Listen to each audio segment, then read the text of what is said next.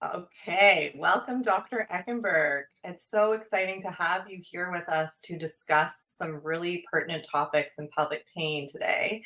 So, I just wanted to give a little bio to start off. After you became an obstetrician gynecologist, you continued to explore diverse medical interests, including human sexuality, education, medical ethics, and interdisciplinary care.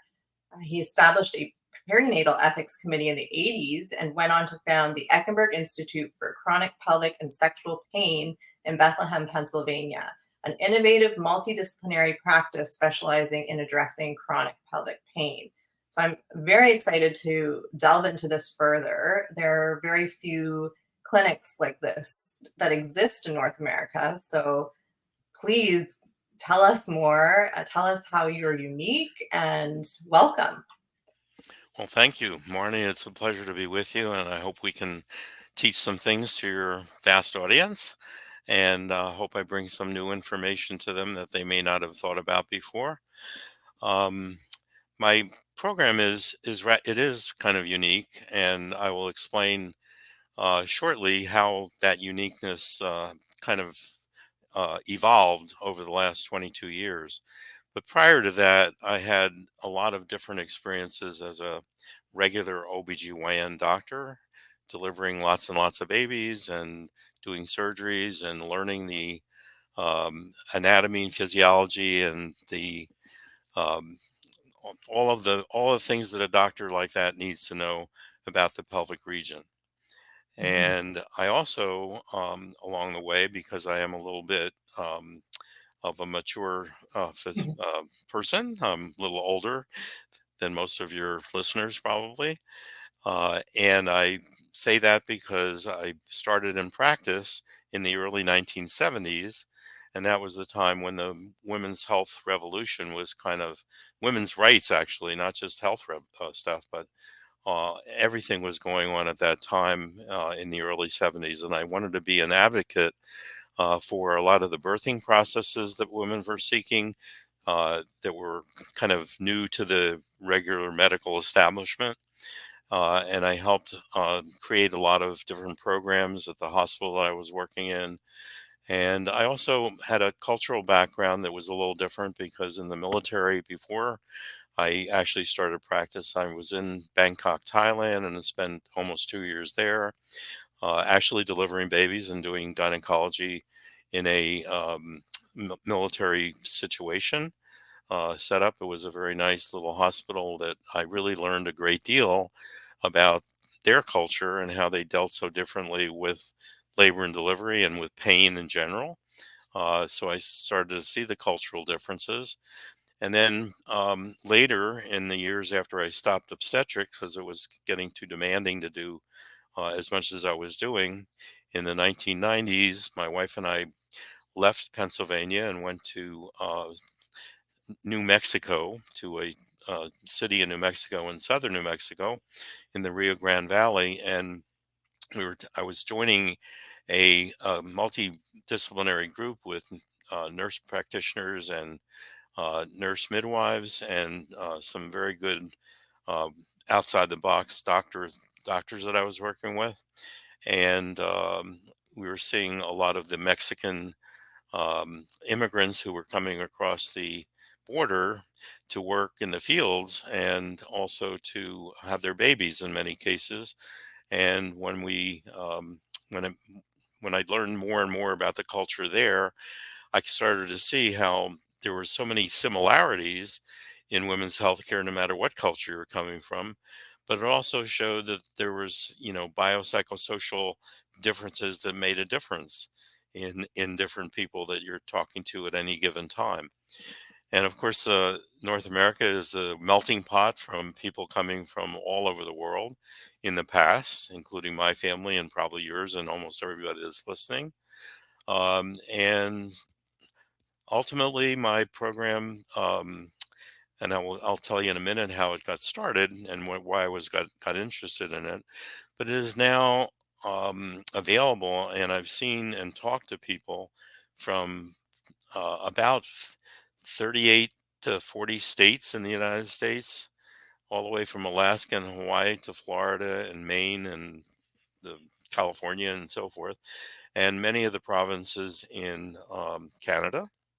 And I have a particular interest in Canada because my father was born there, and I have a lot of relatives in the Quebec area.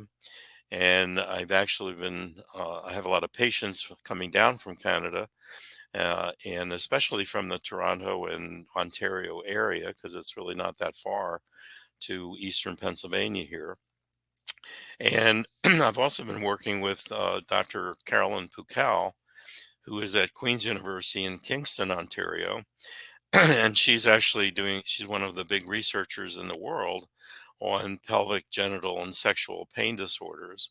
Mm. And she's using some of my patient data to put together for some articles that are probably going to be published in the next year or two. So I'm pleased about that. And I'm pleased to talk to you who are doing such a good job in spreading the word, not just about pelvic pain, but in particular about interstitial cystitis and painful bladder syndrome.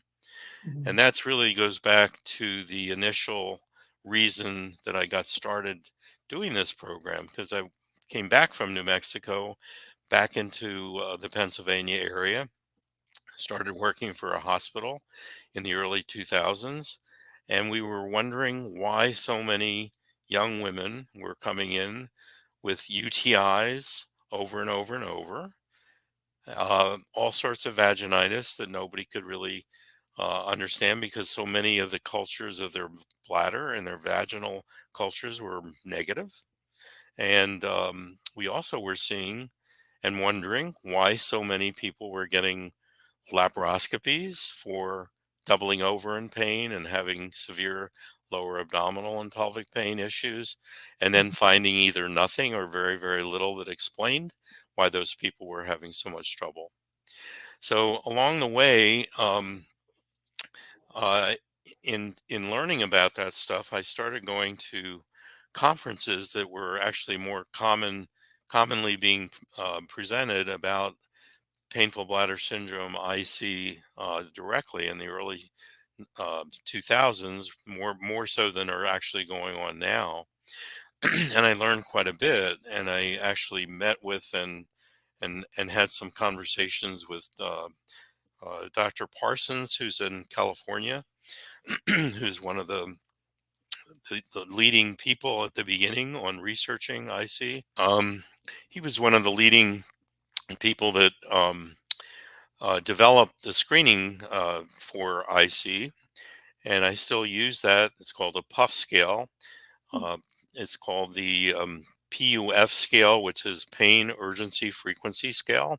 Mm. And some of your listeners may have heard about what used to be done commonly, the potassium sensitivity test, Mhm. to diagnose IC, and that was done fairly commonly in the late 1900s, at least in those people who were dealing with IC, which were very few at the time. But that test was very, very painful. And so Dr. Parsons, with many thousands of potassium sensitivity tests under his belt and all the data that they had gathered over those years, put together the Puff Scale score, which is like 13 questions that people can answer in 2 to 3 minutes. And they compared the scoring on that validated scale to those potassium tests. And I started using those puff scales when I Mhm. first got interested in the department that I was working in the hospital in 2001. And we started screening the regular clinic patients, whether they were young, middle aged, or older, for IC with that puff scale. And lo and behold, at least 20% of the people that we were seeing scored on those validated scales enough to say maybe they do have IC, and it should be looked into a little bit more.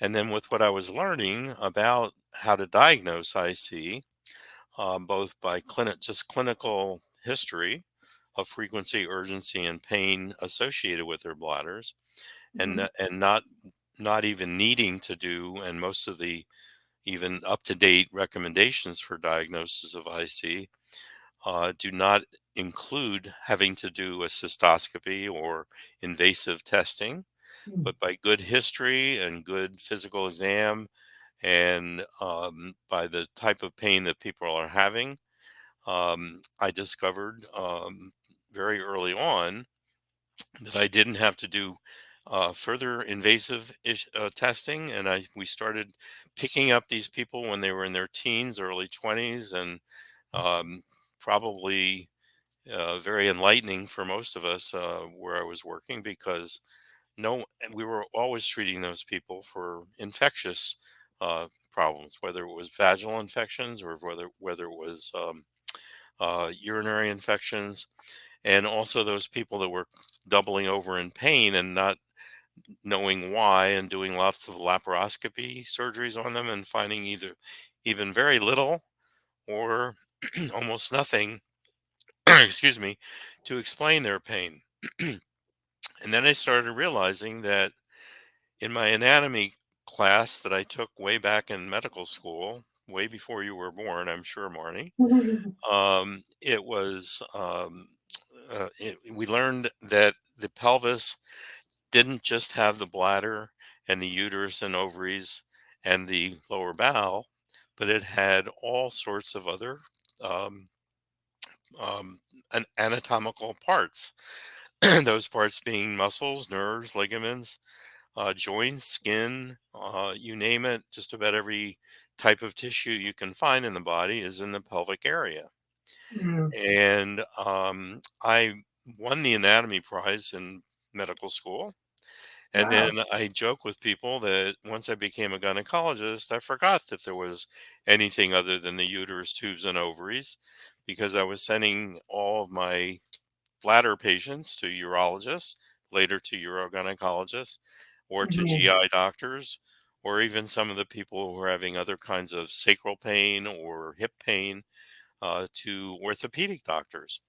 Right. And then realized over those years and building up over the coming years that all of that was really related to chronic pain in the pelvic region. Mm. So ultimately, what my practice and program, excuse me, and model of care has become and has morphed into is being a pain management practitioner and program for the pelvic region. And the Right. pelvic region basically can be simply said everything that's between the belly button and the mid thigh.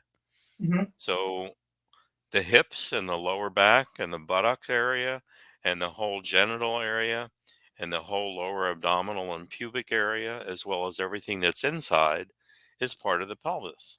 Mhm. And I call it the busiest part of the body because it's constantly you can't immobilize your pelvis.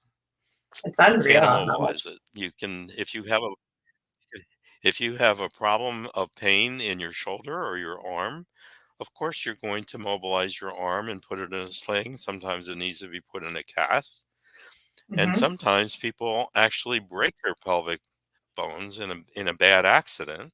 Yeah. And guess what? They do have to be put into a cast that goes from their lower chest all the way down to their knees, Oh and boy. they can't do anything. They have to lay there in a hospital bed or in a recovery unit for up to 3 or 4 months like that. Which is So you can terrible. imagine how difficult that is. So we Mm. use our pelvis in everything we do. Everybody has bladder function, everybody has bowel function, everybody has reproductive function, male and female.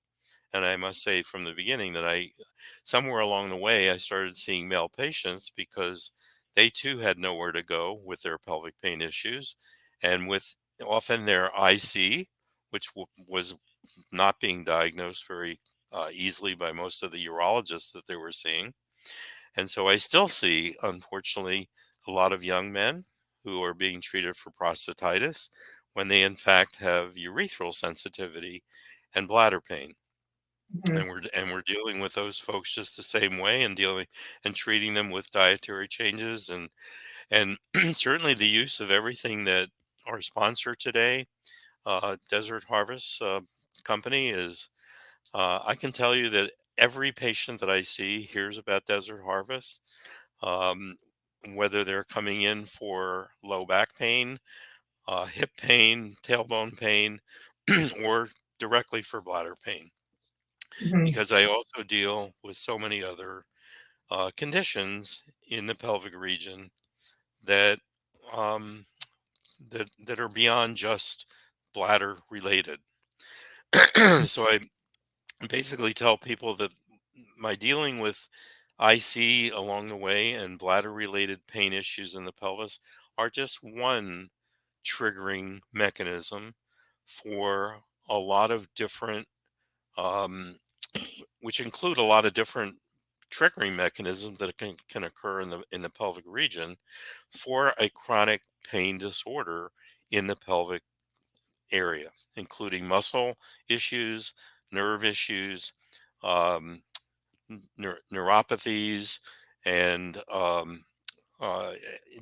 just about everything you can imagine that's occurring between the mid abdomen and mid thigh. So we're dealing with vulvodynia, we're dealing with uh, bowel problems, we're dealing with hip problems, we're dealing with sacral pain, we're dealing with lower abdominal pain that's otherwise undiagnosed.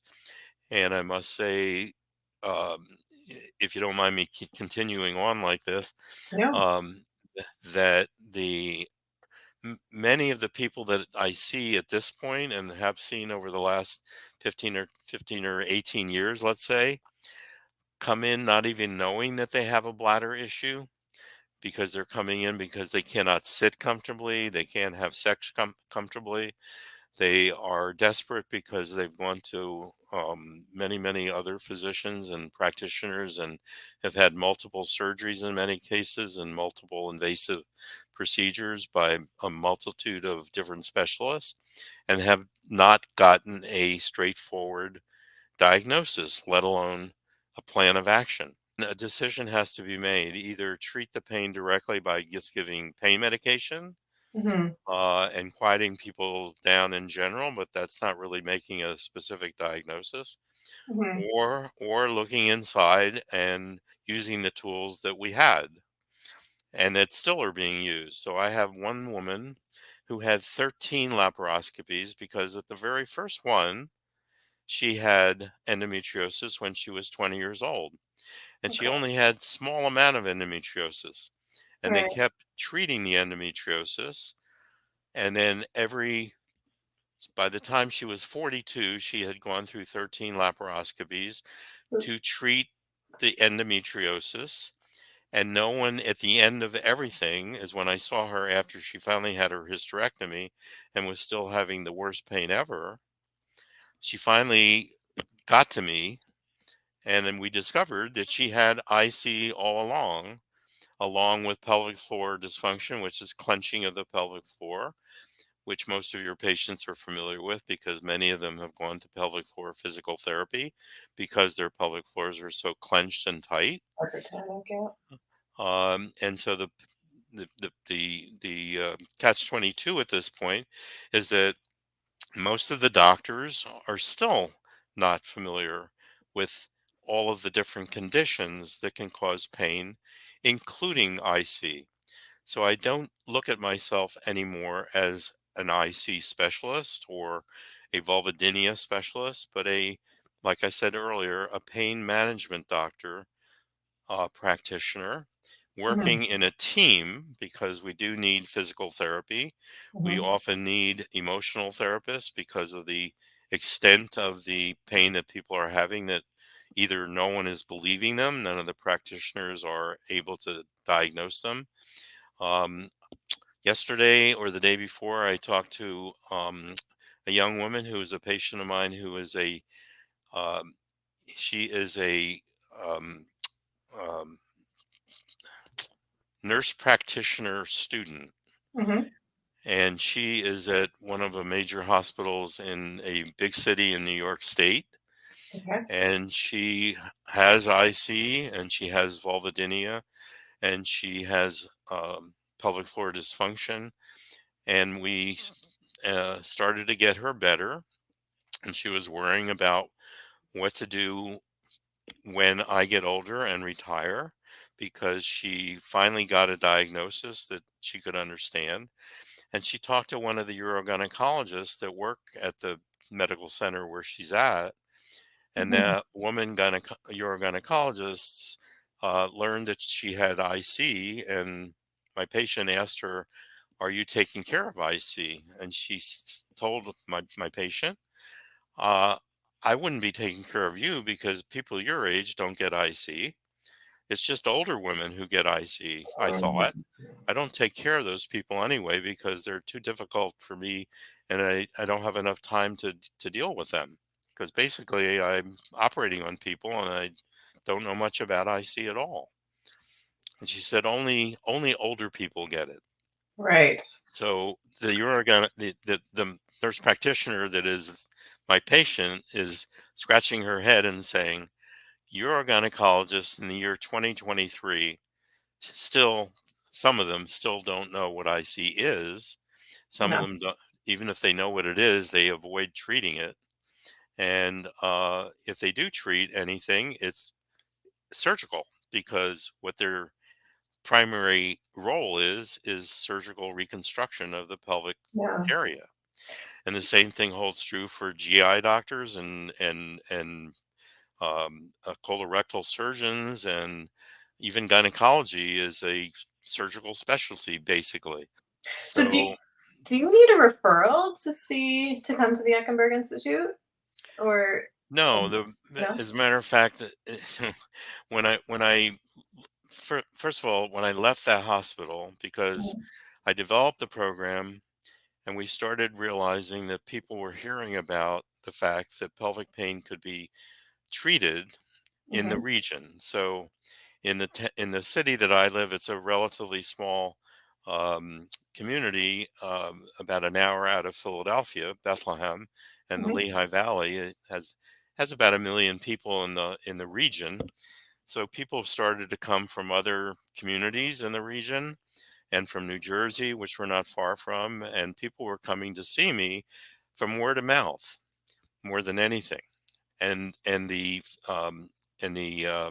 website that I developed early on, and people were just using keywords to search for anybody who could take care of their vulvar pain or their sexual pain or their bladder or other pain that they were having, and having lots of surgeries and not getting any better.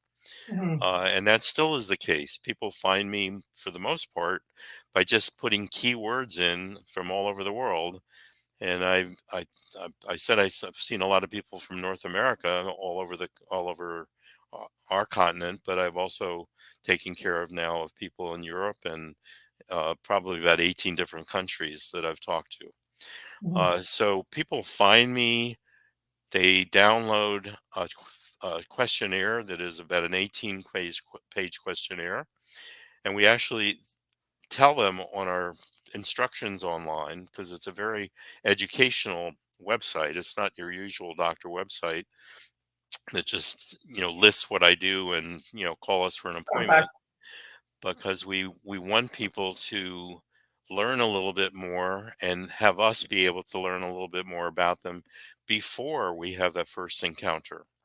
And so by filling out that 18-page questionnaire, which was partially put together from some of the institutions that I started to actually go to and join, including the what's called the International Pelvic Pain Society, way back in the early 2000s.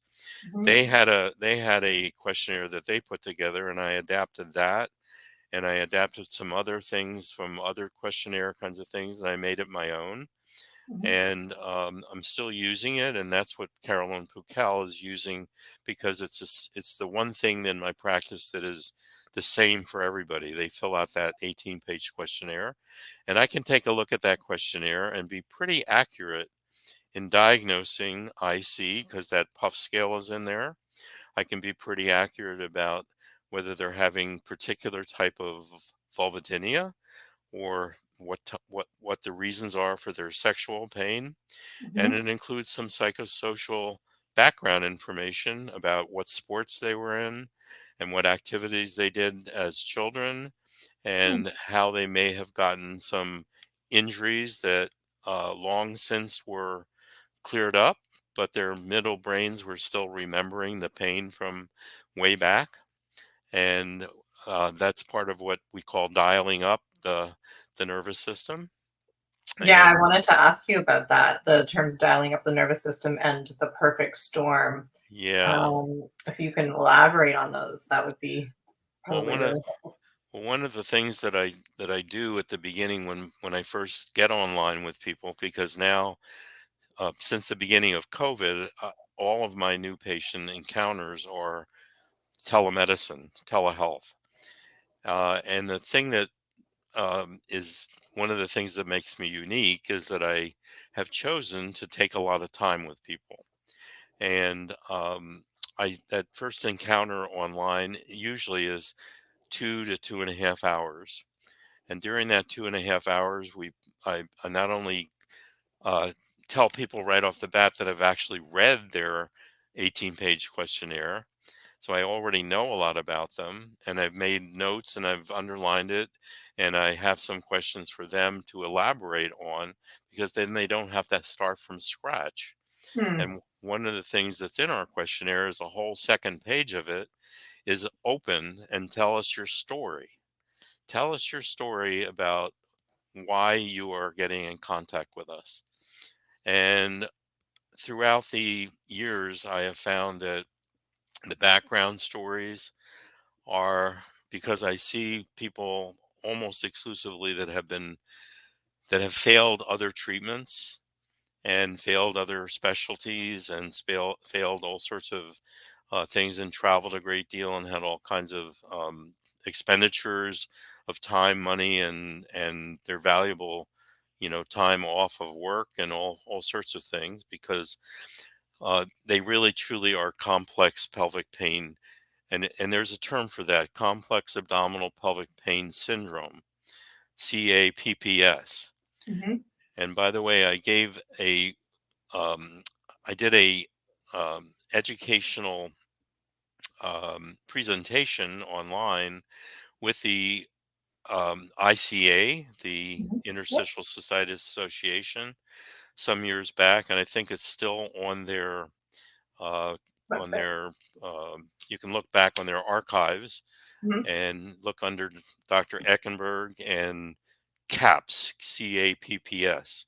Okay. And I give a really good slide presentation, I think, because we got a lot of good response from it at that time, to the IC population that we were trying to get to. But I also talk, and I still am talking, and that's what I'm talking to you today about, that IC is just one of the many um, triggers, called a visceral trigger, an organ trigger, which also irritable bowel syndrome can be, and endometriosis that we were talking about uh, can be one of the gynecologic triggers. But what are they triggering? They're triggering clenching of the musculature that's in the pelvis and from the abdomen all the way down to the mid thigh. It's dialing up the nerves that are going to the pelvic region, which are enormous amount of nerve Hmm. sensitivity can develop because there's so much going on 24/7 in the pelvis. All the functional parts are happening even when we sleep. Even if we were in a coma, all the bladder still continues to work, the bowel still continues to work, and the reproductive function is still going on. Um, so the functional parts of our pelvis are working, and like I said, you can't do anything if you can't um, put the pelvis totally at rest Right. like you can in other parts of the body. So Yeah. we have to move, we have to get up, we have to move around. We do sports. We have many of our patients have learned how to put their legs straight up in the air when they were little kids because they're doing gymnastics or dance. And those are positions that don't necessarily um, you're not our bodies are not necessarily able to do those easily. You have to really work hard at it. And Hmm. when people are little kids or going through high school and college sports, they're putting their bodies even at more tension and stretching, and that can stretch the nerves and overwork the musculature. And so a lot of it I call kind of good trauma, because that was all done in good spirit and for good reason, and to be stay healthy and enjoy the sports that they were doing. But the problem is that the higher you get in the sports world and up to the Olympic level and the pro level, they're all playing through pain. They're all playing through pain. They're all taped up. They all have um, Yeah. training in from pain psychologists to be able to endure more pain, so they can go a thousandth of a second faster in the swimming pool, Hmm. or a tenth of a second faster on the track than other people that have been in training for 25 years as well. Hmm. And so they're putting their bodies at the highest level that they can get to. And that's what I tell people, that their pain didn't just start when they had their baby. Their pain didn't just start when they had the accident that they talk about, or the surgery that they talk about, or the emotional impact that they had when their parent died or something of that nature. But most people come in and say, this is when it all started. It seemed to happen out of the blue. And then I take some time to explain that the dial didn't go up automatically right then and there. That Hmm. there that they had been getting a higher and higher tolerance because of all the things that they had previously done in their life, Hmm. so that they don't recognize some of the uh, signals and some of the sensations they're having as pain. I can't tell you how many young women and young men are saying, I don't have pain, I just have burning. I don't have pain, I just have clenching. I don't have pain, I just have tightness. I don't have pain, I just have tingling. All of those, there's about 80 words for pain in the English language. And I say to them, well, you're not saying it's pain, but it's not pleasant for you, right? Discomfort. It's something you don't want to have. Yeah. If this is neutral and this feels good and this feels bad, it's more on the bad side, right? Yeah. It's And I'll irritating tell you you. a It's story that I tell a lot stepping of our patients. At the first time they examine patients, and I do very, very gentle exam pelvic region. And as I'm doing very light touch, sometimes people really react very significantly because they just don't want to be touched in that spot. And I'm not just talking about on the genital area, but even in their hips and lower abdominal area. When I just touch very gently, the reaction is great. And there's a term for that in the pain science that we deal with, and that is allodynia or hyperalgesia. And some people just can't even wear slacks comfortably around their waistband, or put Mhm. any jeans that are too tight, both where they're sitting, and all of that, it has to do, and it's all connected to people that have IC, people who have vulvodynia, people who have fibromyalgia, The dental people who neuralgia have probably. TMJ, people who have irritable bowel. Fibromyalgia is a windup of the Mhm. nervous system, and chronic pain is different than acute pain. So we call it wind up or hypersensitization of the central system and the peripheral system. Now, that's stuff that as a gynecologist, I knew nothing about when I started this program.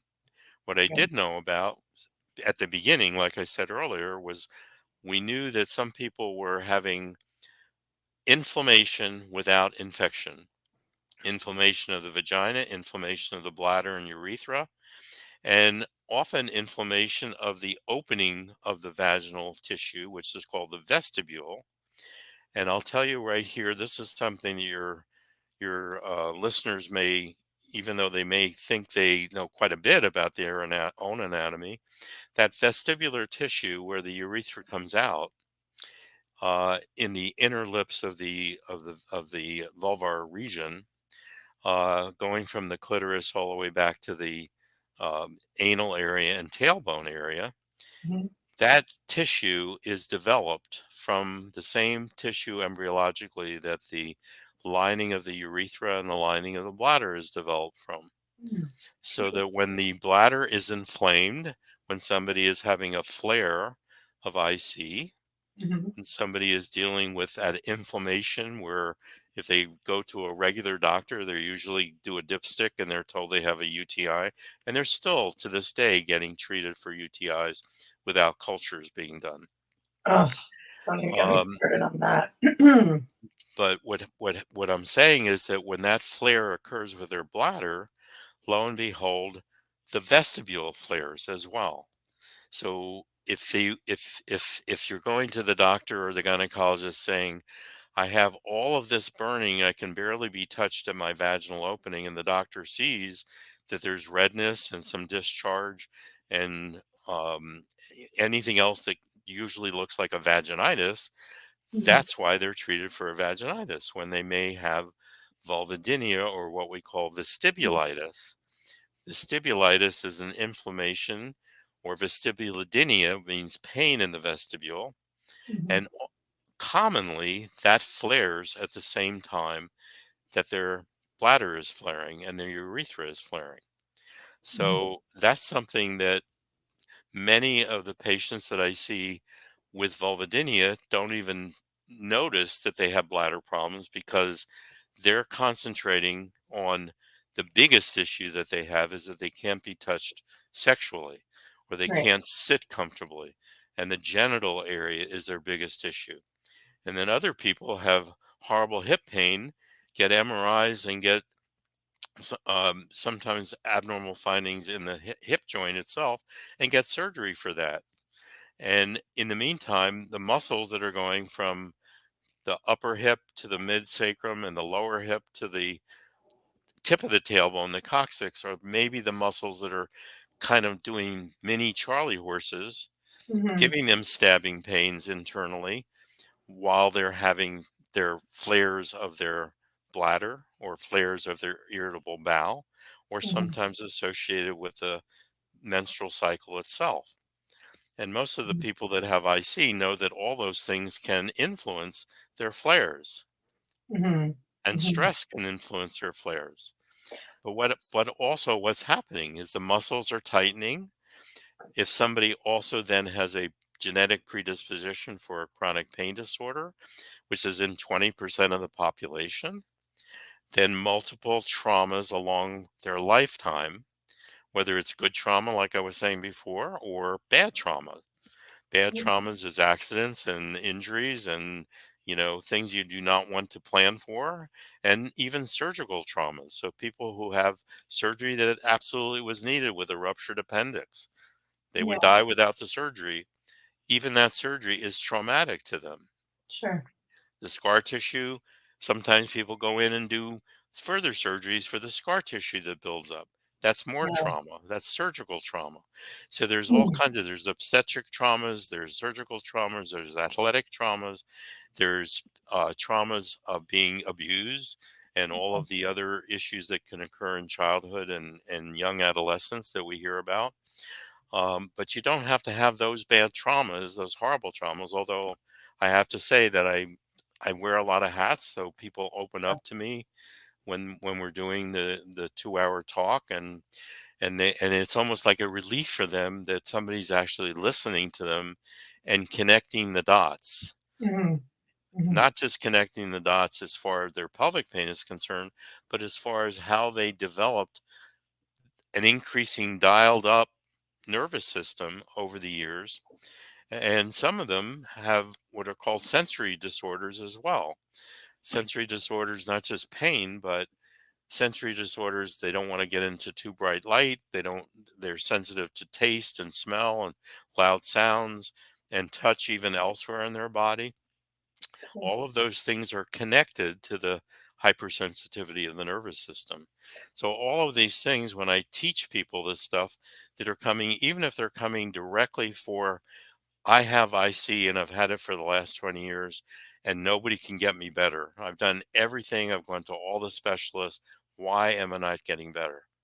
Well, we then discover that it's not just the IC that is their problem. Yeah. The nerves that are, for instance, coming down the abdominal wall and going towards the pubic bone and having that sensitivity across the lower abdomen and not being able to wear tight slacks around their mid band. That is a nerve problem. And so many people, when I just touch gently around the suprapubic area Mhm. and they're jumping and saying, "Oh, that really hurts," that's my bladder. Yeah.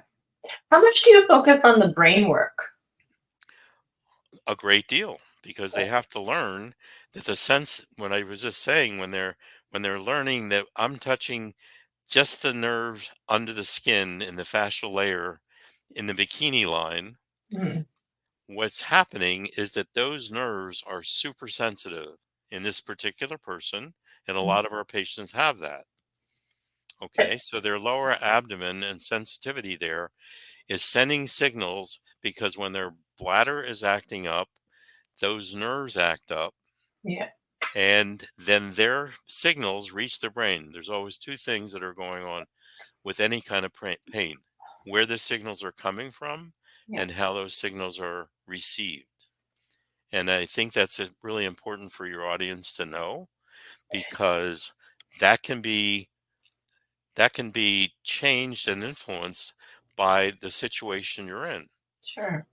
Everybody that's a mother that's out there that we're talking to right now, if you have your vision of, God forbid, you have an automobile accident and your child or children are in the back seat in their car seats, and you have a broken bone or two or three, you climb out of the car.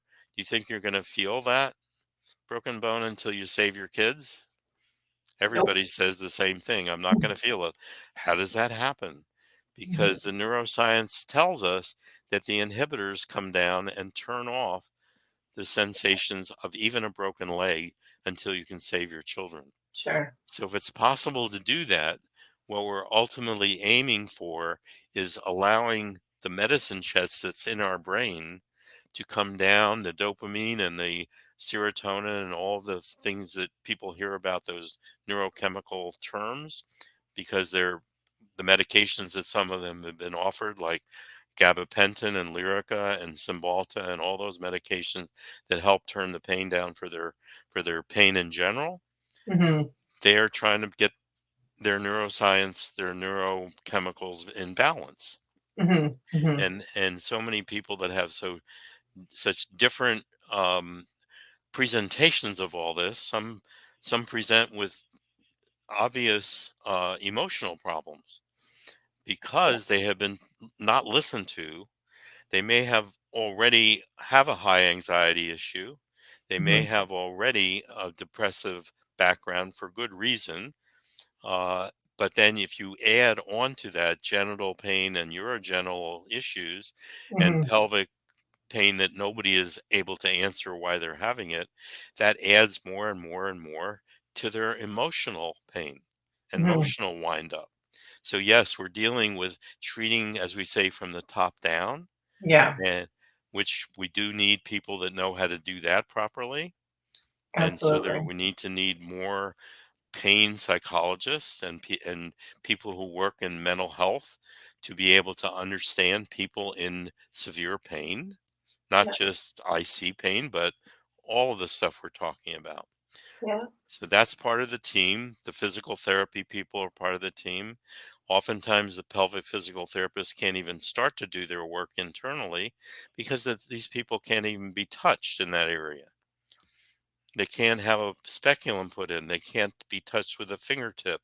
They certainly can't have sexual relations, and they can't sit comfortably. So, how is the pelvic physical therapist going to achieve releasing those muscles internally when it hurts so much? well, the beauty of pelvic PT now is so many, especially the people that I connect with and work with, take on a biopsychosocial approach. So they don't even start Yes, necessarily with the tissue-based work.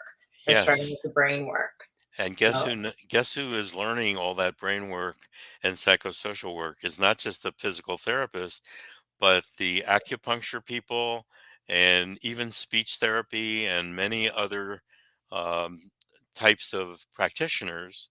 And I say that because I had a patient not long ago who is a speech therapist, and when I was talking about having her midbrain hooked up to her pelvic floor muscles and how there has to be a retraining of the muscle of the Right. signals up here to help cut down on the spasming of her pelvic floor. Like a light bulb went off above her head, and she said, "That's what they taught us in speech therapy." She Yeah. said, "When we're dealing with these kids who It's- who have problems in their throat and their vocal cords, we're telling them the same thing. Their midbrain and their muscles in their neck and their vocal cords need to be in better harmony with each other." Think and And sync. she got it quicker because she had learned some of that neuroscience and some of that biopsychosocial background. So Yeah. so they all know it, but guess who doesn't want to know it? The Conventional doctors. medicine. The doctors don't want to Yes. know it. And I don't blame them all for that because the way the system is, at least in the States right now, is that m- almost all doctors, I would say 80% or more, are working for hospital systems, very much like in Canada, they're working for the National Health Service. But the ones who are doing private practices and are spending more time with people are the ones who do want to think outside the box. So Yes. the doctors here, for the most part, can't spend more than 15 or 20 minutes with a patient. And during that 15 or 20 minutes, they're looking at the screen of their computer Hmm. and not even looking at the patient. So I find that my 2.5 hours in talking online with people Wow. is so revealing for me and for them. They learn who I am and what I can do and what I'm teaching them and what I'm able to show them because I show them some slides. We share screens and show slides of some of the pelvic anatomy, and they start to put together which nerves and which muscles might be actually really causing their pain, aside from just their bladder or their bowel or their uterus. Yeah.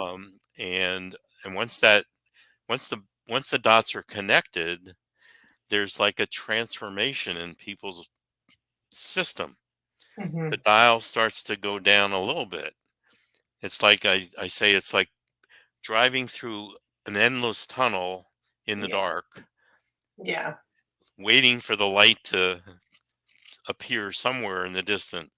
Yeah. Once people see that we can actually, then when I see them physically, actually do very, very minimal subcutaneous little bits of local anesthetics strategically placed under the skin in the lower abdomen and the hips and the buttock area and Hmm. even in the vulvar area on the sides where the pudendal nerves are coming out. So just a little bit of medication under the skin. And I say that also because one of the biggest products that I recommend for everybody, that I'm almost everybody that I'm talking to first time around, Desert Harvest, not just the aloe vera capsules to neutralize and get their urine more less acidic Hmm. because it's a natural. All of their products are based with aloe vera, Super strength and aloe vera. aloe vera is obviously that most of your people know a wonderful natural Inflammatory. anti-inflammatory. Well, guess what else they have in their company? Relivium lotion. Mm. Relivium lotion. All of your listeners right now, if they have any of the stuff that I'm talking about around the vaginal opening, around the clitoral area, around the vulvar area, you can put it safely, and it's meant to be put in the vestibule. It's Yep. meant to be put in the most delicate parts of the genital area Hmm. because it has lidocaine in it along with aloe gel and some other natural products in it. So it's soothing.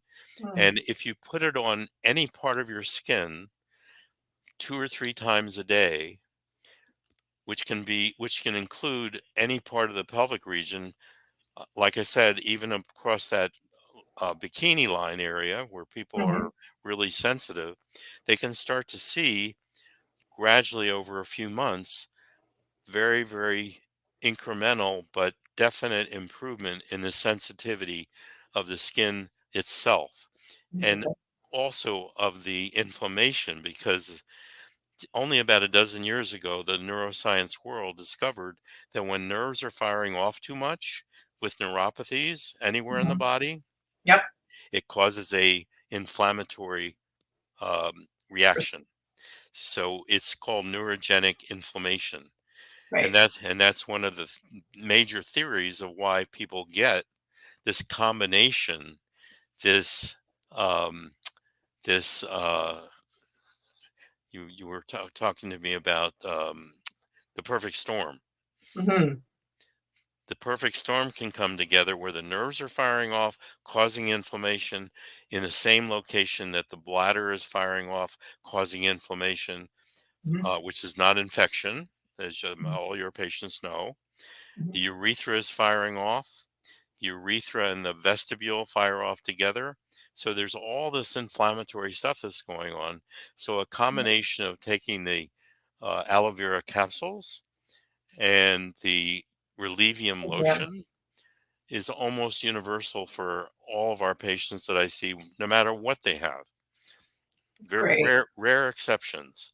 Well, I'll make sure I'll put the website so that people can find the products, Yes, yeah, for sure. and probably a lot of your folks are taking aloe vera and using their products for their IC, but what they Absolutely. but if they look a little further into Desert Harvest, the product that they sell out almost all the time, at least up until this past year, I don't know for sure, but I think they probably started figuring out that they needed to produce more and more of it, because for Mhm. periods of time they would run out. And literally, I have people who say, "I wish I had a bathtub full of it so I could jump into it, Mhm. and my whole body would feel better." Right? Oh my god. Um, and Yeah, it is an incredible product. people say that about pre-leaf. The using pre-leaf. Yep. When I first tell them, I really doubt that something like that could make a difference. But 6 months down the line, they always carry their pre-leaf around, saying, "Yeah, now I can have my cup of coffee in the morning. I Yep. take my pre-leaf, I wash it down with a little water, Yep. and I'm doing fine. I can have my glass of wine once in a while. I can Cup of coffee. add back a few things that I was not able to do before. But then Yep. there's all these other IC patients who can't figure out why all those things don't bother them. Right. It's complicated, right? Like every IC patient is different. So you'll see people who say, "Oh, I can eat tomatoes, but I can't drink wine." And then there's Yes, and just some people are just dumbfounded to see, "Oh my god, you can drink wine?" yes. It's unreal sometimes what some bladders can tolerate, IC bladders can tolerate, and what they can't in different people. But I know you interviewed Dr. Nichols Yeah. from Kingston, Hmm. urologist, who wrote some really good stuff recently in recent times Yes. about all the different subtypes or phenotypes Phenotypes. of IC. Well, I agree with all of that concept, but I kind of disagree with him on the fact that it's different variations of IC. I think it's different variations on the type of pain that people are having. And IC is probably 70 or 80% of the time present in anybody who has chronic pelvic pain that is otherwise undiagnosed. Hmm. All right. Yeah. So there are people that come with, like I said earlier, with severe IC that has not been able to be cleared. But people come to me with no complaints of their bladder whatsoever. Can't sit, can't have intercourse, have hip pain, all kinds of other things. I say, Mhm. "How's your bladder?" "Oh, I've never had a problem with my bladder." And Mhm. then I say, "Well, your puff scale here says it looks like you have some increased frequency and urgency and some other pain issues and some sexual pain. Mhm. And are you one of the people when you were a teenager or a younger woman that had to check the bathroom before you went out for dinner, and you had to pee before dinner and after dinner, and checked if you took a long car trip where the exits were and where the bathrooms are in the mall?" And they say, "Well, yeah, I kind of was like that." But Mhm. but I thought, there's a lot of people. I was told I had a small bladder. Hmm. Well, Gee, that was a big one. how many people I are mean, told that? well, it's just also like just in case peeing was a big thing. I think it's, people are starting to learn that it's not beneficial, right? Because your bladder should Right. be full before you empty it. Yes. Um, but a lot of people are just like, parents will tell their kids, go pee Yes. before we get in the car. We're going for a long trip, or, Yeah. there's going to be no bathrooms when we get to the place we're going to. So Yeah. it's just starting those habits young are not good, right? I mean, I remember my mom would always tell me, go to the bathroom before we go. And, Yeah. back in the 80s and 90s, they didn't have bathrooms everywhere like they do now. Yeah. So Right. it's a lot easier, I would say, now to not have to just in case pee. The ones they did have were cleaner than the ones we have now, unfortunately, in Yeah. most places. Oof, I Uh, know. It's true. I mean, stopping at gas stations and stuff when I was small, they were actually clean. Clean. Oh, wow. That stopped decades ago. Yeah, I don't remember being in a But yeah, clean you're right. See gas that station bathroom. that long-term hypervigilance is part Mhm. of everybody that has chronic pelvic pain anywhere in their pelvic region. Yeah. So my difference with Dr. Nichols is that there are different conditions, Mhm. including, but especially, I see, that affect almost all of our patients that have Yeah. otherwise unexplained generalized pelvic pain. I think also for Dr. Nickel, he really wanted there to be some sort of help for conventional, like you said, a lot of doctors don't know anything about IC. So this at least helps them sort of categorize the different, people into these different categories. So yes, you're highly sensitive, and you Yes, also have pelvic floor dysfunction, right? yes, So you fall into these two categories, and then we can treat you yeah, accordingly. So it's yeah, sort of helping them. It was a guideline, more so than yeah, anything else, to just give people a baseline, right? yeah, To sort of understand how to categorize, because it's so wide. It's such a wide net. yeah, It's like, you know, it's like kind of like autism. Like it's just such a huge spectrum. Um, so I think that was really what he wanted to do, is just help doctors moving forward, yeah. because it is such a complex, Well, it's very complicated. And so it's that's why just I trying say to I agree. I agree with all that, and like I a and file I. folder. It's just that For, what I'm saying is that what he's saying and what I'm saying are just slightly different ways of looking right. at all the different ways people present with their pelvic pain. Right. Some Right. people are bladder It's centric, some people are bowel centric, in my yep, experience. Some people are pelvic floor muscular centric, some absolutely. people are nerve centric. Yep. All of that's the same kind of is what he's saying. Yeah. And it's just that I'm semantically saying that's not different aspects of IC. It No. it is different aspects of all of pelvic pain. Right. And IC is one of those things that can be really variable unto itself. And Yeah. all the different parts that I'm talking about in themselves have a huge spectrum of variability. Yeah. So and They do. I tell people there's 30 trillion cells in our body.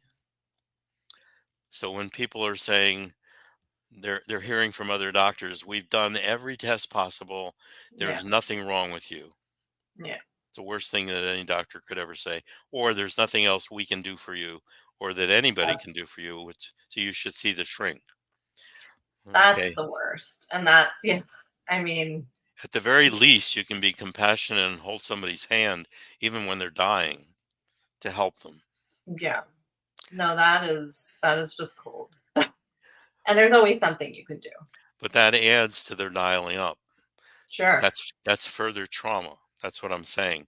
Oh, So of so course. the The neuroscience is gaslighting is unreal that goes on. But the Yeah. neuroscience exploded at around the time that I started all this. So I went to all these pain conferences and I started reading all the pain literature. And one of the best books that I have right now, other than the book that I wrote, which I can put up in a moment here, but Yeah. the book I wrote is called Secret Suffering: How Women's Sexual and Pelvic Pain Affects Their Relationships. Just put Hmm. that up. That's on our website as well, but you can find it Yeah. on and it's 15 years ago, but it's still the medical stuff that I have in here. I wrote it collaborating with a woman in Florida who had a severe pelvic pain and IC herself. Mhm. And we interviewed tons of people and tons of different types of patients, and it's still very valid today. Everything in this book, and that's one of my biggest concerns, is that not much has changed in the medical world. There's been huge changes in all of the support groups and all of the I'm talking about the good support groups like yourself and others that I know about. Mhm. Unfortunately, some people and many of my patients go to the internet and get more scared than not by Yeah. going to the wrong places where people are just saying I'm suicidal and I can't, I can't Yeah. find help anywhere. But that's not that uncommon. So we have to pick and choose what is healthy to go to and what isn't so healthy to go to. Exactly. So I'm Yeah, some of those. really glad you're doing what you're doing. Oh, well, thank you. And thank you for being on today. This was just really enlightening. And I wish more people did the work that you do. And hopefully they will in the near future. Um, Thank you so much, Dr. Eckenberg. Oh, and the That's the way book. out. That's the other book that I was just talking about. Okay, So let me get that up on the site too. I have nothing to do with this book. I don't even Oh, know the Alan person Gordon. who Yep. wrote it. Yeah, he's Alan great. a lot of your people may know about Alan I Gordon, know Alan Gordon. Yep. but this is all an explanation in the best possible way of the neuroscience and why the dial goes up and what people can actually do to help what's called sensory awareness. Hmm. Hmm. And that is a key thing that we're talking about more and more and more. It's like the migraine patient who learns to know what to do when they're having the aura before the Hmm. migraine. Right. Right. Okay. Because so many people say my migraine just comes on like that and I can't do anything about it. Even the medications that they give me, the strong stuff doesn't work. And people say the same thing about their bladder or about their nerve pain or about their sitting pain the same way. It just Hmm. starts out of nowhere. I'm doing fine and boom, it hits me. But Right. sometimes a Charlie horse of that big psoas muscle that I was talking about can put take people to the emergency room. Sure. It's not like there was nothing going on before, but the muscles only can take a certain amount and then they clench quickly. Yeah. And the nerves can fire off suddenly, like the dial is going up on a volume dial in a second or two, just by seeing and hearing things that remind it Hmm. of really bad things that happened before. Right. So that's what he talks about in this book, the sensory awareness. So if people that have IC or other pelvic kinds of stuff, we're talking about learning slowly over time which part of their pain is from their bladder, which part of their pain is from their urethra, which is from their vulva, which is from the vestibule, which is from the nerves coming down, which are from which muscles. Hmm. And once they start understanding the different parts of their overall pain, each can be managed unto itself, like that perfect storm I talked to you about. So we need to do some serious advocacy work to the Yes. conventional I, ju- medicine I just don't world. want all this to die out when Dr. Nichols is no longer able to practice, I when know. I'm no longer able to practice, I and know. a few others here and there are It's doing the concerning. job that we're trying to do. Because going to pain management, if you have pelvic pain, doesn't work, and the pain management people don't know about the pelvic area, and the No. pelvic doctors don't know about pain management. So No. the invisible part of the body. Yeah. Okay, I Uh, gotta zip my mouth because I could talk more to yeah, you forever. all right. Well, we'll end there. And thank you again. This has been really great. And thank It's you a again, Desert pleasure. Harvest, for sponsoring. And Thank you for Desert Harvest for all my patients. yeah. Yep. All right. Take Bye good care, bye. Marnie, and You too. nice to see you again. You Bye bye. too. Bye.